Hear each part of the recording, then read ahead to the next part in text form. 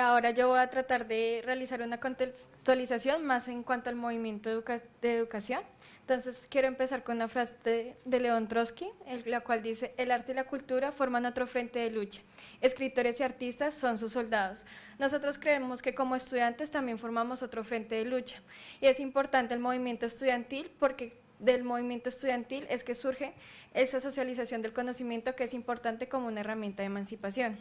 Entonces me gustaría tocar dos temas. El primero es el sector estudiantil y juvenil en sí, superar los obstáculos de la individualización y fetichización como barreras para la construcción del movimiento social. Y el sector estudiantil y juvenil proyectándose hacia una unidad de movimientos. Entonces en el primer segmento me gustaría tratar cómo esa globalización nos afecta a nosotros como individuos, porque ya no se crea que nosotros somos una sociedad de seres humanos en donde todos podemos llegar a ser iguales, sino somos individuos, en donde para superarnos y para llegar a ser alguien en nuestra vida tenemos que luchar con el otro es nuestro enemigo, nosotros no tenemos unas posibilidades de asociación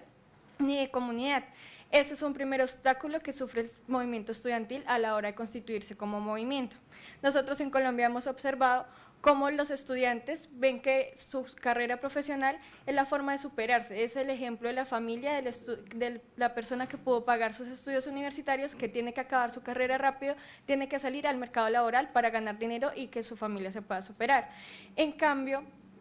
si tú le vas a plantear, no, compañero, tenemos que luchar porque se nos va a acabar la educación pública, porque nos van a privatizar y porque en un futuro la gente no va a poder costear los altos costos de la educación, él va a decir, a mí eso no me importa, yo tengo que salir rápido para estudiar porque mi familia necesita que yo empiece a trabajar. Entonces vemos cómo esa mercantilización de la educación llega también a una individualización de los estudiantes. Esa es una barrera que nosotros tratamos de superar. También observamos cómo hay cierta rivalidad por la misma forma en cómo se maneja el sistema educativo en cuanto a la calificación, porque entonces lo que nos empiezan a medir es por medio de las calificaciones y quien gana mayor calificación es el mejor, independientemente de que su conciencia pueda ser relativa a estas calificaciones. Bueno, respecto a la individualización, vemos que es un problema que tenemos que superar por medio de la concientización, porque si nosotros no podemos llegar a ser conscientes que no tenemos que luchar con el otro, que el otro no es nuestro enemigo, que eso es un problema sistémico, no vamos a poder llegar a ser un movimiento estudiantil y como movimiento estudiantil no vamos a poder llegar a ser una unidad de movimientos.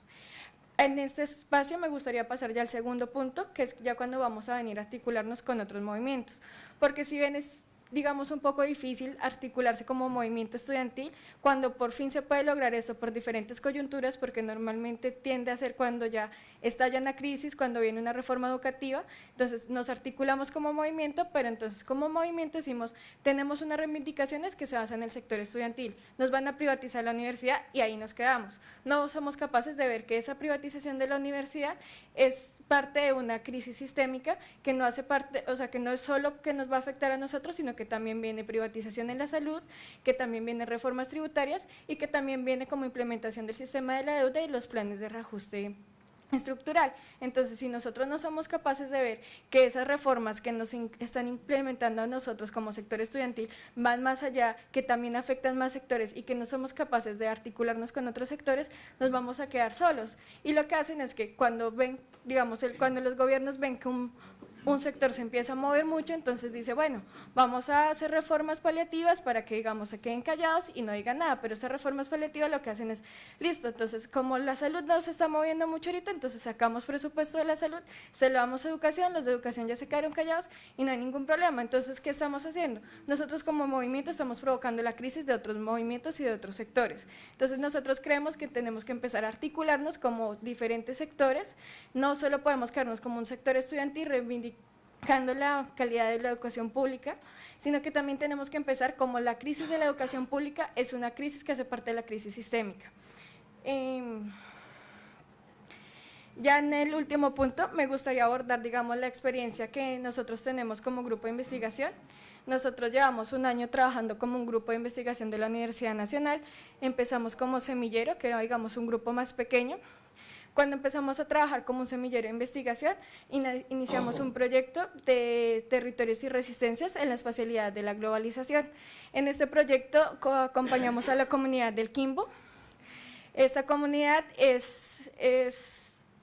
digamos, es una asociación de campesinos que se encuentran en contra de la construcción de una represa que se llama el Quimbo. Esta represa lo que va a hacer es que para llevar a cabo su construcción se tienen que inundar muchos pueblos, pero son pueblos totales a donde ya las familias no pueden, las familias que sobreviven de la pesca artesanal ya no pueden acceder al río porque está privatizado y las propias Fuerzas Armadas de nuestro país son quien protege el río para las multinacionales e impiden la entrada, digamos, de los propios campesinos. Estos campesinos se articularon, como vemos en la foto grande,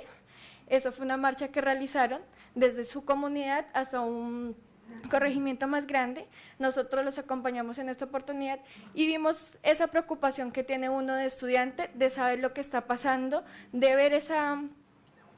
crisis sistémicas ya aplicadas en la realidad y no poder ayudar, porque es muy difícil asistir a una comunidad y decirle como, sí, mire, es consecuencia del capital financiero, el capital financiero quiere despojarlo de su territorio, pero a la ayuda práctica no podemos ir más allá. Entonces nosotros creemos que lo primero es la socialización y la concientización, porque digamos en nuestra universidad son muy pocas las personas que conocen la crisis de esta región, que fue sonada en un momento en Colombia porque ellos tuvieron un paro que llegó a ser un poco violento y salió en noticias, pero más allá no se mostró la otra cara de la comunidad. Ahorita la represa sigue en pie, es terrible porque pues la represa se va a hacer para producir energía, pero esta energía no se va a hacer para el provecho de la comunidad. Esta energía tiene dos fines. La primera es para la utilización en el sector de la industria megaminera y la segunda es para exportar a otros países. Entonces, en la comunidad no queda nada, ni las ganancias que se podrían usar, ni la energía que supuestamente van a producir, solo quedan las pérdidas y la crisis ecológica.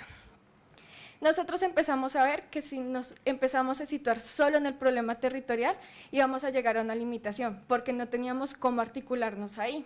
Entonces decidimos empezar a trabajar con la deuda pública, porque vemos que la deuda pública es un problema transversal que afecta a todos los sectores, porque vemos cómo cuando un país va al Fondo Monetario Internacional a realizar su préstamo, le dan un plan, el cual condiciona el desarrollo de ese proyecto para el cual realiza el préstamo.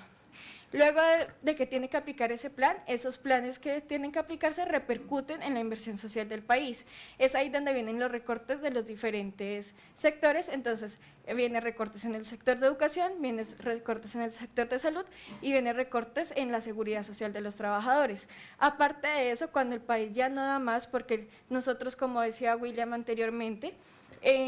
la deuda sabemos que nosotros no vamos a poder pagarla, cuánto llevamos pagando deuda y nunca disminuye. Entonces, si no vamos a poder pagar la deuda, pero nuestros gobiernos nos dicen tenemos que pagar, tenemos que asignar más presupuesto para pagarla, entonces llegamos a un momento en que no podemos pagar la deuda y viene entonces el Fondo Monetario otra vez a intervenir y a decir, bueno, vamos a implementar este plan estructural para que ustedes puedan cumplir con esos pagos que no pueden realizar. Otra vez vemos cómo nos empiezan a afectar, porque a los que nos afectan directamente son a los diferentes sectores sociales. Entonces, ahí vemos un problema. Si nosotros no podemos identificar ese problema como un problema común de movimientos, si nosotros no somos capaces de articularnos en torno a ese problema, nos va a llevar a reformas paliativas que van a afectarnos entre sectores entre sí y lo que va a crear es una rivalidad, porque entonces el sector salud dirá, no, pero a los estudiantes le dieron la plata que a nosotros no nos invirtieron, y así empiezan a individualizarnos y a fraccionarnos para impedir que nosotros podamos llegar a un movimiento en común. Ya, muchas gracias.